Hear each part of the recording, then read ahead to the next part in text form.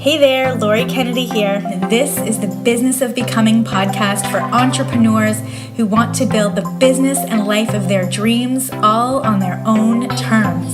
Whether you're into marketing, sales, online business strategy, paid advertising, technology and scaling, or personal relationships, health, wealth, mindset, raising children, and spirituality, the Business of Becoming podcast is your weekly dose of no-holds-barred conversations, inspiration, and practical training so you can up-level your business and your life all on your own terms.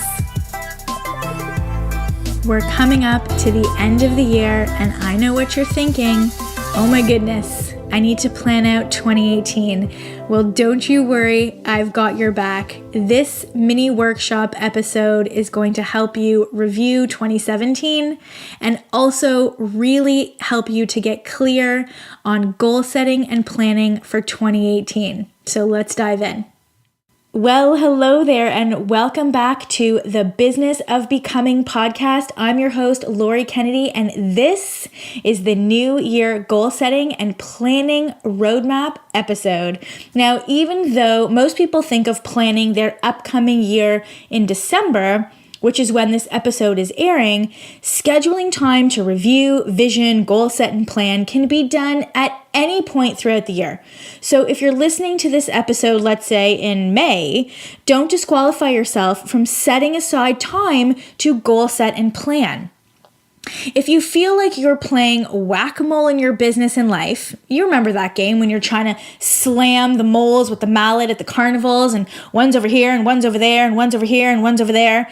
And if you feel like you're constantly flying by the seat of your pants and you never seem to have time to focus and put 100% of your effort into anything, this episode is going to be a game changer for you. So before we go any further, I want you to pause this episode and head over to lorikennedyinc.com/podcast to grab the free companion worksheet for this episode. Although you can fill it in online, it's a fillable PDF. I'd love for you to print it and actually write down your answers. What a concept, right? Writing down your answers with a pen or a pencil if you want. And if you live in my house, it might even be a pencil crayon.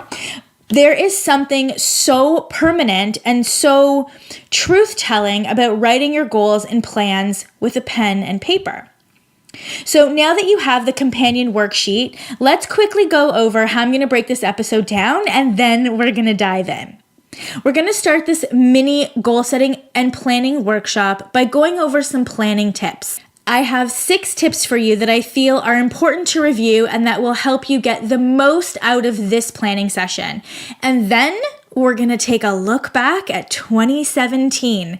It's really important to review your year because we don't really recognize just how far we've come because we're so in it. And perhaps you feel like I do sometimes that we're only crawling at a snail's pace, that we're not making any giant strides in our business. We forget the momentum that we've built. We forget the wins that we've achieved. And it's really important to look backwards over the year and to recognize what things worked, what things didn't work, what made you feel good, what made you not feel so good, because we're always going to be striving for more. That carrot that's dangling about a foot in front of your face, that carrot is going to perpetually move forward. Every time you hit a goal, you're going to broaden your mindset. You're going to realize you can achieve more, and you're going to set your next goal even higher, and that carrot moves farther away from your face. It doesn't feel really good when you realize that you're never gonna be able to eat that carrot, if you know what I mean, right? Because every time you move forward in your business and in your life, that carrot also moves forward. And so what I want you to do by reviewing 2017 is to take a look backwards, because then you're going to realize just how far you've come and just how much progress you've made, and you'll be able to plan 2018 from a place of positivity and accomplishment versus from a place of, oh, I have so much farther to go to achieve my goals. So once we do a look back at 2017, then we're going to get down and dirty into planning out only the first 3 to 6 months of 2018. Now, you might be thinking, why only the first 1 to 2 quarters? Why are we only planning those quarters in advance, and why not the whole year? There's a couple reasons, because especially if you're new, you don't know what's going to work and what's not going to work. And so if you've never run a certain campaign before, or you're not sure how that lead gen thing is going to go, it's kind of pointless to plan out your entire year based off of assumptions. So what I would want you to do instead is plan 1 or 2 quarters in advance so that you can collect the data, repeat the things that worked, and bail basically on the things that didn't. I find it really daunting to plan out the whole year. Because I don't know what's going to shift in my business. I don't know what clarity I'm going to get. I don't know what opportunities are going to be presented that are going to help me sort of leapfrog over progress and really help me to scale my business. And so if I spend time planning out the entire year, in my experience, I really can only stick to the plans that I've made for the first, let's say, 1 to 2 quarters. Because by the time Q3 rolls around, things have shifted, right? Things have shifted, and I want to make some adjustments to the plan. So I don't want you wasting your time planning out the entire year. Now, that's not to say that you can't have goals for the entire year, which we're going to go through. But when we get into the planning session, you'll see what I mean, because I want you planning out like your day to day. And so that's why we're only going to do, 3 to 6 months or 1 to 2 quarters in advance so that you can collect the data and adjust and modify as needed. Okay, so now that we have a game plan for this episode, let's get started. If you haven't already downloaded the companion worksheet for this episode, head on over to lauriekennedyinc.com/podcast to grab it. Please feel free to modify the companion worksheet. It is meant to be a guide, so you don't have to stick to it completely. I've laid out the tips and the goal setting and planning process that I use in my own business with my team to plan out our quarters in advance, but you're free to modify the worksheet any way you'd like. I want you to have a really productive planning session. So let's start off with the 6 tips that I have for you before we dive into the 2017 review and then head on over to the 2018 planning. So tip number 1. Focus your planning on the next 3 to 6 months only. Now, I briefly went over this with you. I already explained why I recommend only planning 1 to 2 quarters in advance.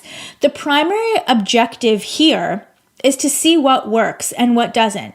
If you're in like complete and utter newbie startup mode, I would really only plan 1 quarter in advance because you don't know how things are going to go for you. You don't have any previous campaigns, any metrics to base assumptions or hypotheses on.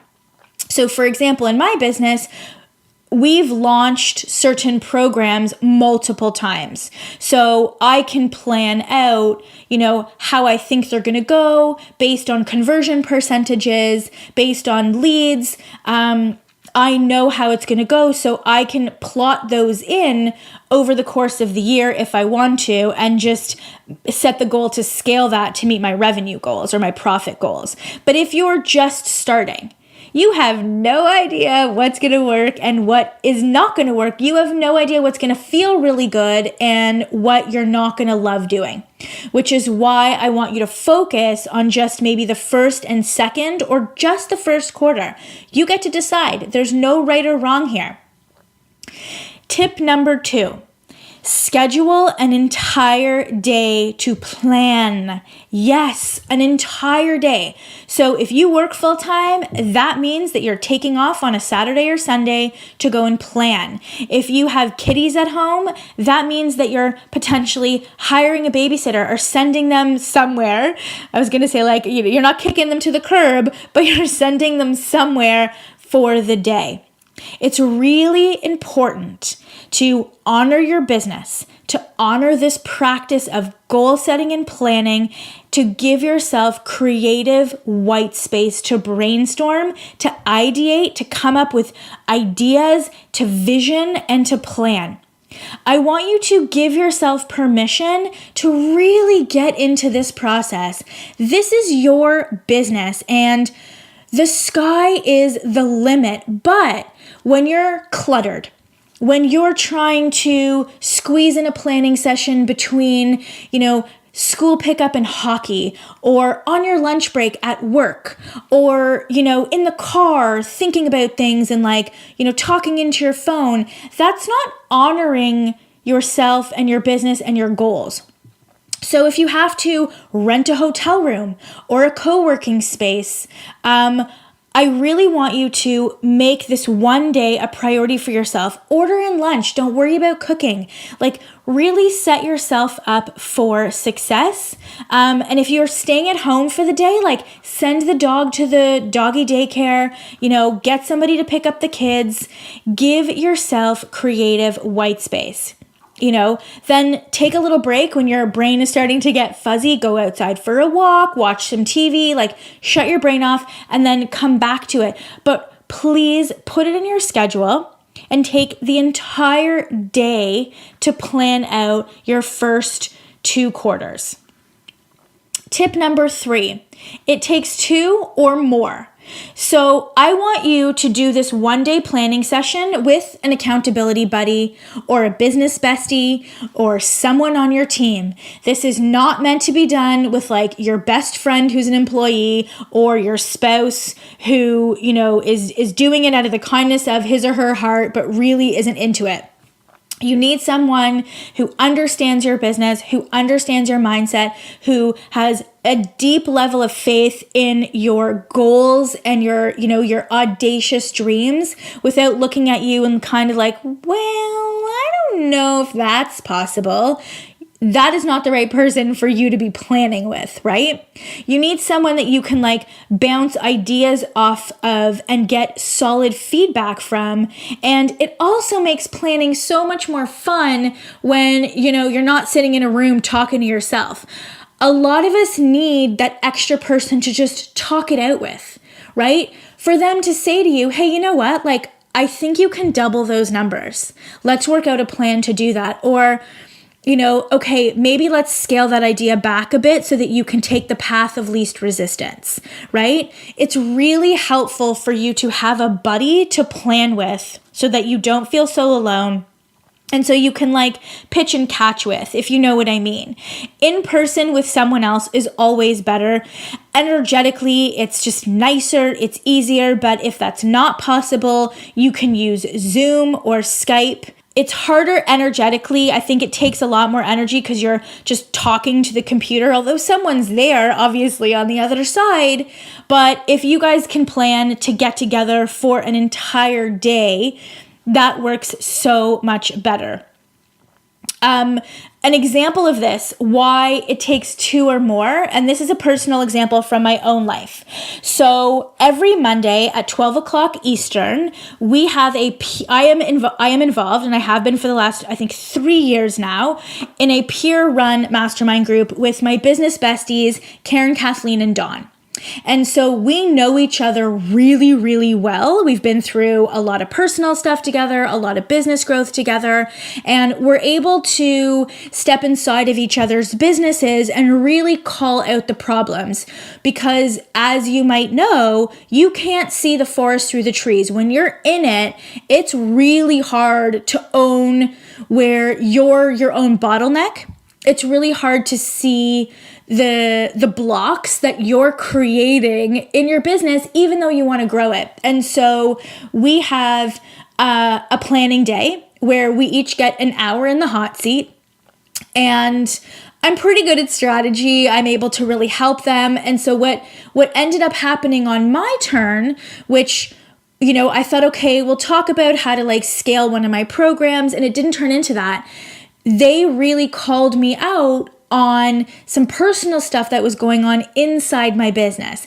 Me not taking enough time for myself and really being the bottleneck from allowing my team to completely run the day-to-day, what I like to call the machine.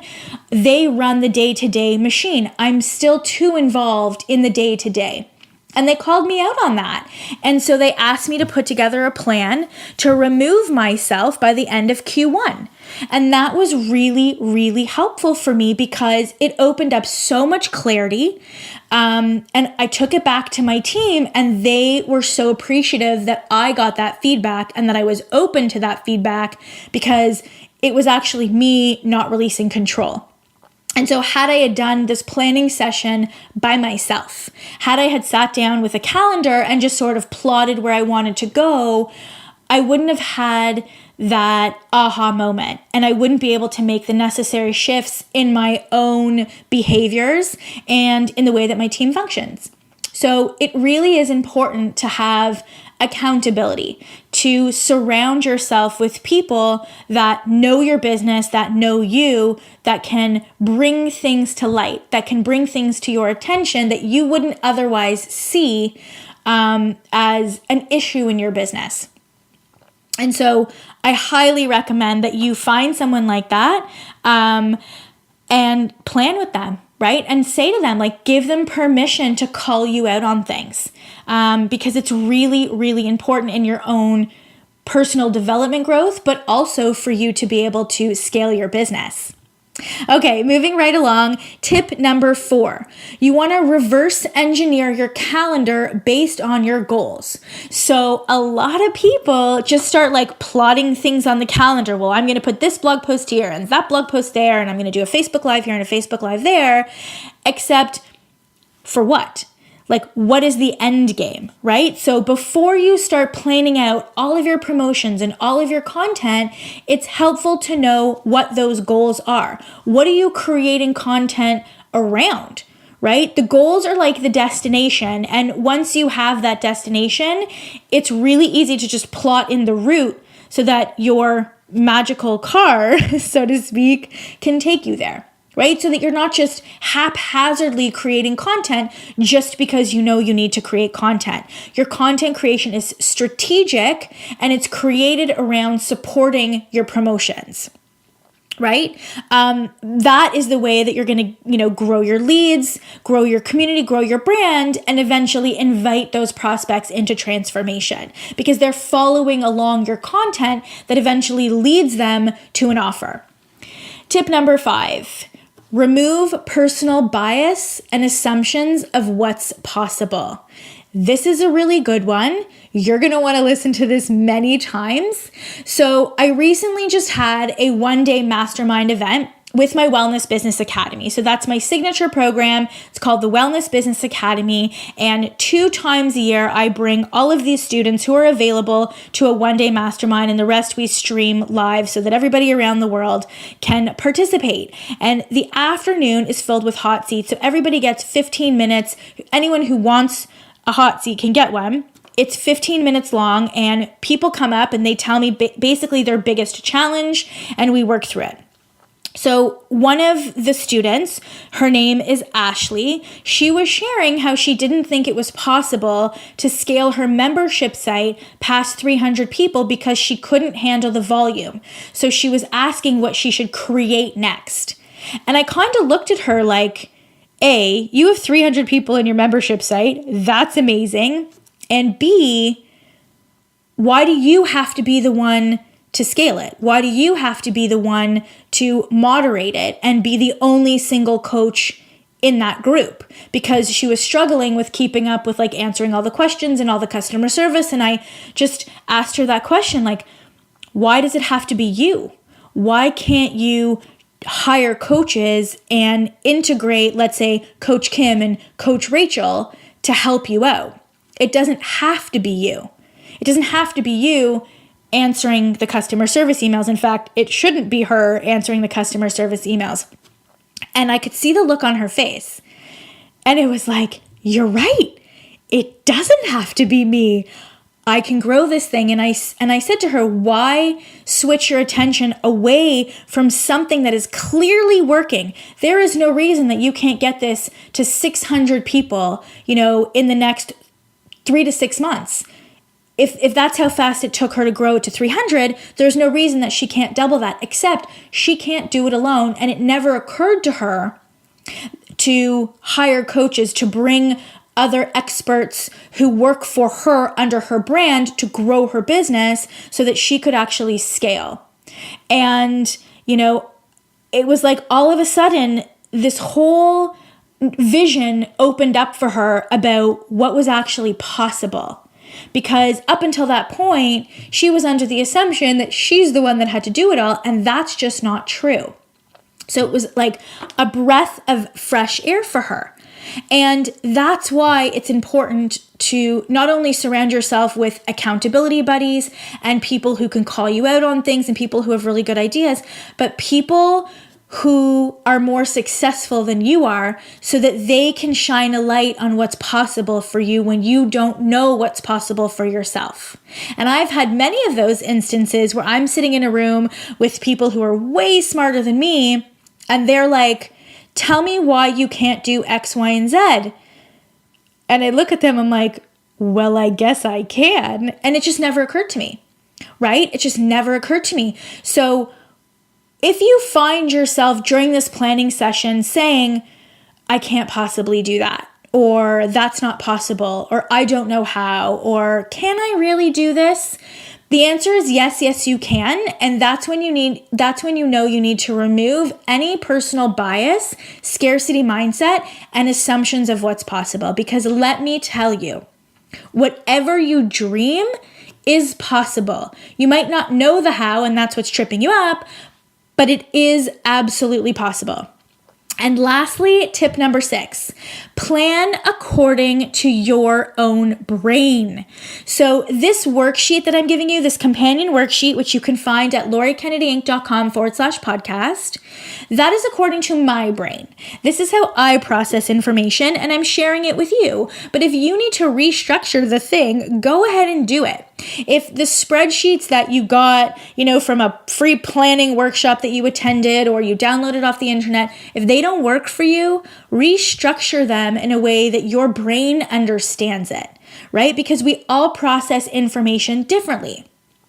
I love spreadsheets. I need things to be written down linearly.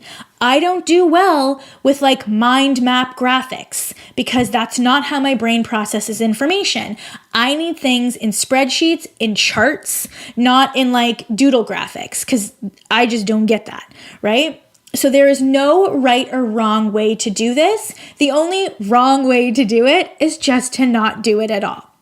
So now that you have the 6 tips to help you have a really productive and successful goal setting and planning day, let's dive in to the 2017 review. And of course, if you're listening to this episode halfway through 2018 or 2019 and beyond, ignore the fact that I'm talking about it being 2017 and just review the year that is relevant to you. Okay, so 2017 review. Even if 2017 didn't look and feel the way that you hoped it would, nothing happened that was accidental, wrong, or by mistake. 2017 happened just the way that it was supposed to for you. Maybe you didn't get the lessons, maybe you don't understand why things happened that way, but they happened that way because it was supposed to be that way for you. So even with the best of intentions, I think we forget to be present sometimes. So when things go sideways, or even when things are amazing, we forget to stay present and look for the lessons or the meaning, or we forget to feel grateful, even if the situation feels dark and ugly and chaotic and nasty. We forget to feel grateful for that particular lesson. So for me, the last 2 years, 2016 and 2017, have been full of lessons, and I'm really hoping that 2018 is just smooth sailing. Some lessons I definitely don't need repeating, and when I'm in those dark moments, I continually ask myself, what is the lesson? What am I supposed to learn here so that I don't need to repeat this? Because there are certain things in my life, as I'm sure happened to you, that are just not clicking for me, and those lessons, those experiences are repeating. And sometimes I throw my hands up in the air and I'm like, please, I don't need this one anymore. I need to understand what this is all about so that I can process through it and move on, right? And sometimes I can intuit it and understand it. And then other times, like I said, those situations recur and recur. And I do the same thing with the happy and joy-filled situations. I ask why. How did I create this unique situation so that I can gain insight into how to create it more, right? Because at the end of the day, I want more light moments and less dark moments, right? And so here's the thing that I believe with every fiber of my being. We might not be able to control every situation. Sometimes things are out of my hands, but we can certainly control how we react, how we feel, and how we show up in each and every moment. And that's why it's so important to do a review so that you can assess what worked well and what didn't work well and how you showed up and how you can show up in a way that makes you feel proud next time. You know, what do you want to do more of in 2018? What do you want to do less of? And so on. So taking time to look back at all that you've accomplished and celebrate your wins, it's like a birthday cake for your soul and a huge one-up for your confidence levels. It's like giving the universe a little nod that you're present, grounded, and grateful for all of it. So let's dive in to the questions that are on your companion worksheet. What did you accomplish in 2017 that you are proud of? Now, I'm going to give you a little bit of a challenge here, okay? And I hope that you'll indulge me. I want you to write down 10 things that happened in 2017 that you are proud of. They can be personal, they can be business, it doesn't matter. Now, when I did this for myself, it took me a long time to think of 10 things, which is kind of sad, right? But I finally, once you sort of open the box and sort of start realizing like all of the awesome things that you did this year, you get the ball rolling. But starting off takes some work, right? So like I said, you can do some things that are personal, some things that are business related. They don't have to be big things. They could be little things like you were really proud of yourself because you sent a thank you card to someone, that didn't expect it. That made you feel really good. That's an example. So I want you to write down 10 things that you are proud of in 2017. The next is what worked really well for you in 2017. Again, this can be both personal and business related. For example, in most of 2017, I ordered my food. Now, if I haven't said this before or you're new to the podcast, I'm just going to reveal a little fun fact about myself here. It is my mission and my goal in life to outsource all of my domestic tasks, which means grocery shopping, cooking, laundry, all that good stuff.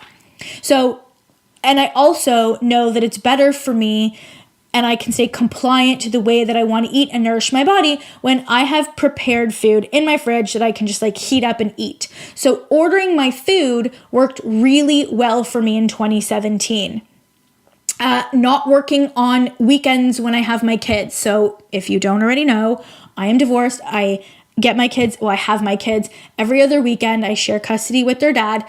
And so I don't work when I have my kids on the weekends. That worked really well for me because I can plan around that, right? Having flash sales in my business worked really well for a quick cash injection, right? Handing over the blog production to Leanne, who's the director of content, worked really, really well because I didn't have to stress about it and it was just easy peasy and it got done consistently. We publish every Wednesday, right? So those are things that worked really well for me in 2017. So what worked well for you? Write them down. What feedback did you receive that gave you the warm and fuzzies, right? This is a really good one. What testimonials did you get from your clients? What nice things did your spouse say to you that one time, right? What nice things did your kids say to you? Did they thank you out of the blue for something that you've done? Did someone recognize you? Did someone leave a nice social media comment for you? What feedback did you receive that gave you the warm and fuzzies? And you might have to go digging for this, in which case, right? Then I would flip it on its head and say, if you want more feedback that gives you the warm and fuzzies, ask for it, right? Ask for it, and also give out feedback to other people that gives them the warm and fuzzies. So next question, this is a good one. Who deserves acknowledgement? Who helped you in 2017 that they are not aware that they helped you, right? Send them a thank you card. Make a donation on their behalf. Do something in gratitude, or just even, say a little prayer, say a little mantra, whatever floats your boat, but acknowledge them, right? Make a list of all of the people in your world, not just in your business, but in your world, who deserve acknowledgement that you haven't personally thanked. What did they do to help you in 2017? Now, this is a fun one. What were you doing when you had the best day? I want you to do that personally and then in your business. So an example is Laura Wood, who helps me in our Launch It Like a Boss mastermind program. So this is our higher level program for people who want to launch their funnels online.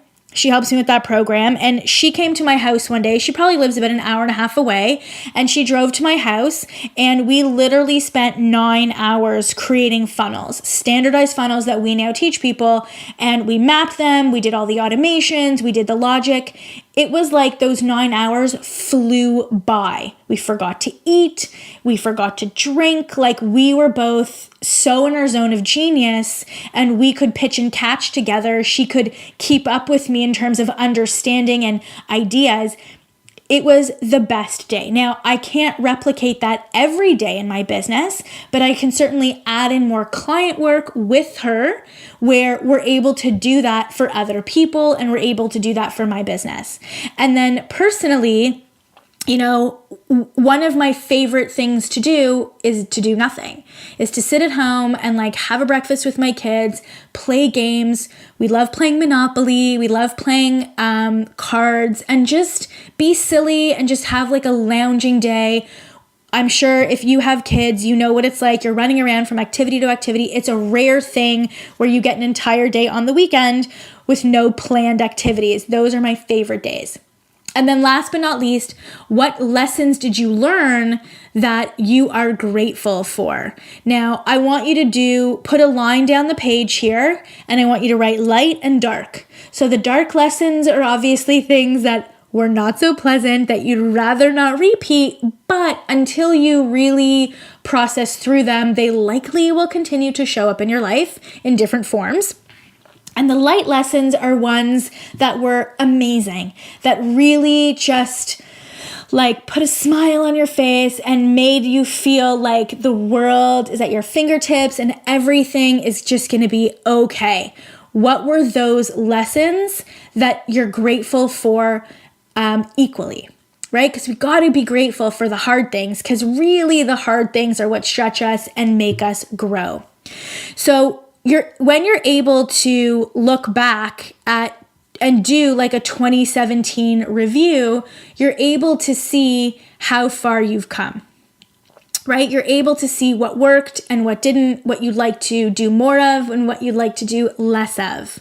So if you're not sort of brainstorming and jotting down things as you're listening to this, like I said, schedule out the day, go back, do this work. It is so, so important. All right, let's move on to setting the intention for 2018.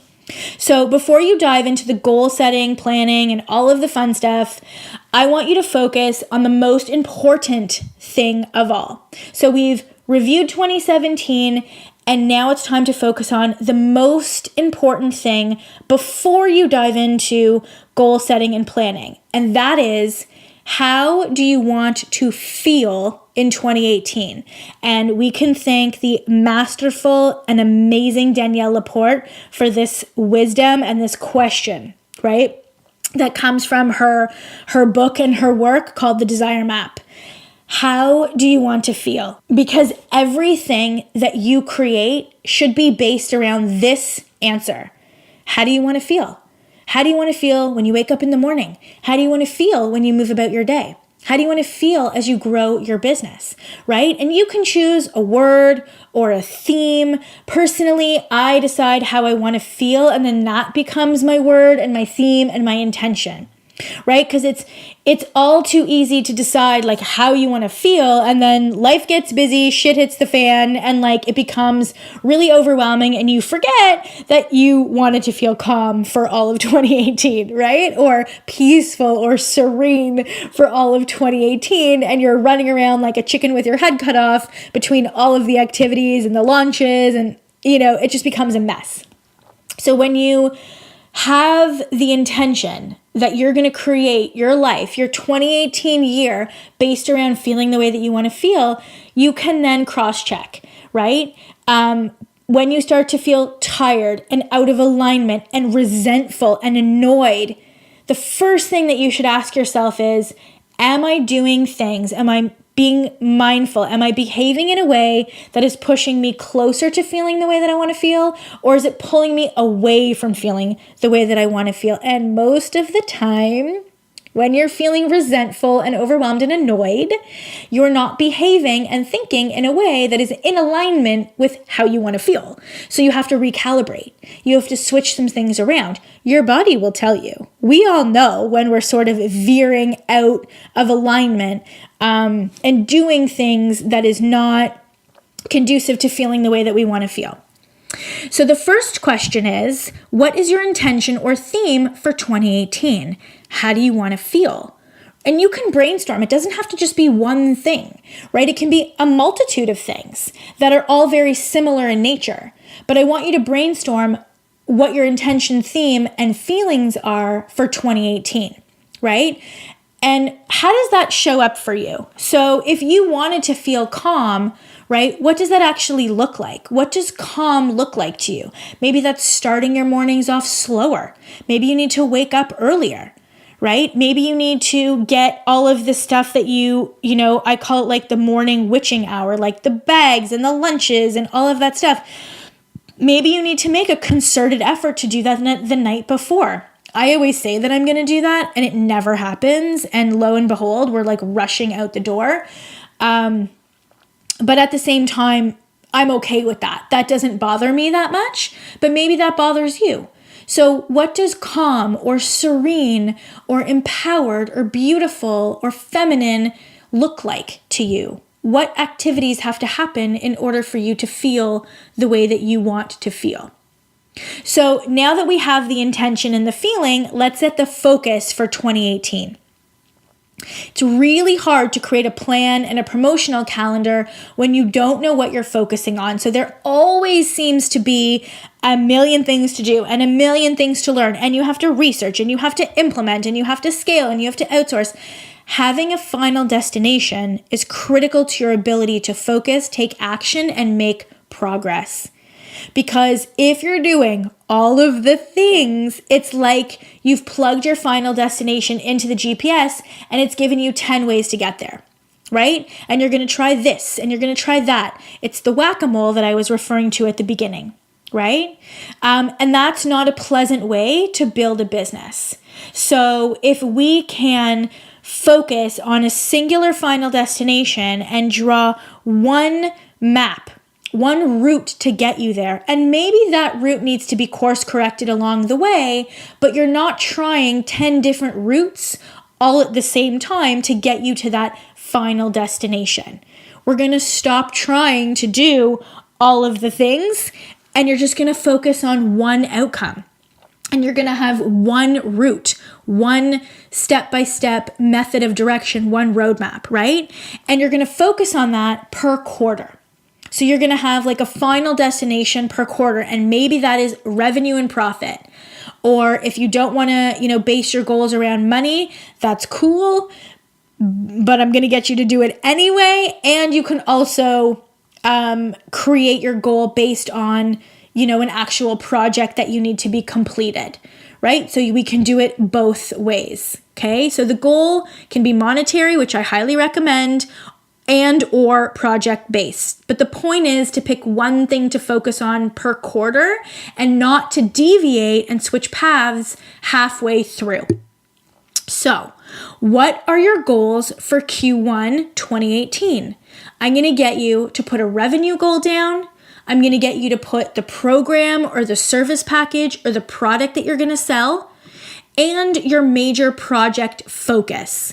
Too many of us, myself included, end up doing 5 projects that we expect to all be finished in 90 days, and then you get pneumonia for 2 weeks, or your kid gets sick, or your dog gets sick, or something happens, and you're out of commission, and then all 5 projects don't get done, right? We're not going to do that in 2018. We're going to move away from that style of operating, and we're going to actually just focus on one thing at a time.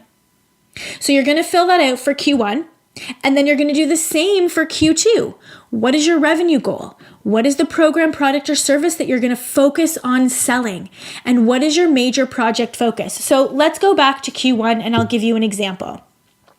Let's say that your major program that you're going to sell is an 8-week signature program, right? And your revenue goal for Q1 is, let's say, a total of $10,000. I don't know if that's a lot or a little. I'm just making that up as I go, right? It's $10,000. So then we can say, okay, what is the major project that we need to focus on in order for you to hit that goal? And the project will be based on where you are. So if your program is already done, we don't need to focus on that. If your sales page is already done, don't need to focus on that. What we probably need to focus on is building your brand and generating leads for your email list and nurturing them. So that's where you're going to focus. But if your program isn't done, that's where you're going to focus. And maybe you're going to launch it in Q2. So the major project focus that you choose is based on where you are in your business. So there's no right or wrong. Don't compare yourself to anybody else. Just decide what you need to focus on in order to hit the goal for that quarter. So you're going to do that for Q1 and Q2. Now we're able to plan out our promotions and our content because we know what offers we're going to be putting out. So we know what we're going to be selling in Q1, and maybe it's more than one thing, and that's okay. And we know what we're going to be selling in Q2. And again, maybe it's 1 or 2 things per quarter that you're selling, and that's okay. We need to plot the offers first. It's not a good idea to start haphazardly just throwing content onto your editorial calendar or onto your planning calendar when you don't know what offers you're going to be putting out in your business, because the content is created to attract, nurture, educate prospects, and move them into a position for them to say yes when you finally introduce your offer. So here's some steps in terms of how to actually plan. So here are 7 steps to help you plan out your promotions and content for Q1 and Q2 of 2018. Step number 1, decide on which sales promotions you're going to offer first. So those get plugged into the calendar. So you should have a blank calendar of Q1 and Q2 2018, and you write down, you literally block off the days. Let's say you're going to do a 10-day launch, middle of January. You're going to block off those 10 days. You know that you're going to be launching the beginning of January, and again, maybe the middle of March, right? So that's Q1. You block those days. You do the same thing for Q2. There's no right or wrong. I just want you to mark down all of the days that you're actively going to be selling things on your editorial calendar. Step 2, right? We're going to block off that entire section, right? So you can even add in pre-launch dates and post-launch. You want to just basically really define the days you're going to be doing webinars, the days you're going to be doing Facebook Lives. You want all of the details on your calendar. Then step 3, you're going to brainstorm your pre-launch, nurture, and what I call edutaining content. Edutaining content are those funny, personable blogs. They're not overly scientific, or they're not too clinical in nature or professional in nature. They allow your readers to really get to know you. So you're going to do a brainstorm of all the blogs, the social media, the Facebook Lives, the email newsletters, based on your availability on your calendar and your actual time availability, like How much time do you actually have to create this content? You can then decide from your brainstorm list what content and how much of it you need to publish, because you need to fill in the gaps in between your sales promotions. And you do that with free content that then is going to attract the right people. So once you have the list of the blogs, the social media posts, the Facebook Lives that you want to create that will serve to then attract and educate and nurture your subscribers or prospects or followers, you then schedule the days on the calendar that that content is going to be published. So you have your list and then you plot in the days. So as an example, we send emails to my email list Mondays and Thursdays. We publish a blog on Wednesdays and we publish a podcast on Thursdays. So I know that those 4 things need to go into the calendar. So as an example, if I was to do an affiliate promotion, I'm not necessarily going to send an affiliate promotional email on a Thursday because that's the day that we promote the podcast, right? So I'm able to then look at the calendar and say, okay, can I do this new opportunity? Right? Do I have room in the calendar between the emails that I want to send, the promotions that I want to put out to my community? Do I have time to squeeze in this new idea? Or do I have time to partner with this person? When you have your editorial calendar laid out in front of you, it's really easy to then look at it and go, nope, I can't do that speaking thing, or that doesn't really fit in here, or I'm really sorry, but can we talk about that for something for Q3 or Q4 because the first 2 quarters are pretty jammed already. It's okay to say things like that. Like that's you being a real CEO, but you can only do that when you look at your calendar and go, yeah, you know what? I have 2 promotions scheduled for Q1, which means I can't really do much more in Q1, so you have to fill in the spots with content that then supports those offers, right? That's really geared around attracting the people who have the problem that those offers are solving. And then step 5, fill in the gaps, if there are any, right? Between your promotions, your pre-launch content, and your regularly scheduled content, if there are any gaps, you know, if there's a week or 2 where you don't really have much going on, you're maybe just like sending an email newsletter because for whatever reason, you can maybe do an extra Facebook Live or throw in like a shorter promotional thing there, but you won't know that until everything's all laid out. Then step 6, you're going to create due dates, right? So we like to work minimum 2 weeks in advance. So we have all the blogs done 2 weeks in advance. We have the podcast done 2 weeks in advance. We have social media scheduled out 2 weeks in advance. And we can do that because it's on the calendar. Because everybody knows on my team what's happening that month. So they're able to look at it and say, okay, I need to create this graphic, these show notes, and this blog, where I am no longer the bottleneck. Now, maybe you're thinking, that's nice for you, Lori, but I don't have a team. It doesn't matter. You probably still work with some freelancers, right? I'm assuming that you're not doing 100% of everything in your business on your own, because you shouldn't be, right?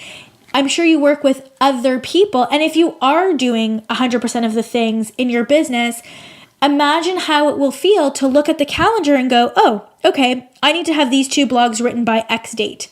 And you can plan things out in advance versus sitting down and being like, oh my God, I need to put out a blog today. Oh my God, what am I going to write about? And everything is basically scheduled around the sales offers that you're creating. That's when you take time to do this, that's you going from an amateur to a pro. When you can look at a calendar and go, oh, okay, I have a launch coming up. What do I need to do for that? Or I have a hole in my calendar. You know, can I find an affiliate program to promote? Right? So I want you to create due dates. You work backwards, right? How long does a blog need to be due in order for you to get it up without rushing, right? Because that's the goal, is for you to move calmly and professionally through your business so that you can grow it. And then last but not least, step 7, schedule time in your personal calendar to get it all done. One of my all-time favorite quotes is this: Show me your schedule and I'll discover the truth, because your schedule doesn't lie. And that is by Robin Sharma. So if you want to reach your goals, you need to get very strategic about your time. Structure equals freedom. An amateur flies by the seat of his or her pants. We are professionals and we take time to think about our business, to goal set, to plan, and to follow through. So I want you to block off time to work on all of these different components that you've now just added to your calendar. So I hope that this mini workshop episode was helpful for you. I would love to know your thoughts. Please find me on Instagram, send me a screenshot, tag me with your image of your editorial calendar and your planning sheets. I want to know what goals you've set for 2018. And thank you as always for listening, and we'll talk again real soon. I do hope you enjoyed listening to this episode of the Business of Becoming podcast. As always, you can find any resources and links mentioned on the show over on the show notes available on LoriKennedyInc.com/podcast. And remember to subscribe and leave a review in iTunes. Let me know what you loved most about this episode. And again, thank you for listening to the Business of Becoming podcast.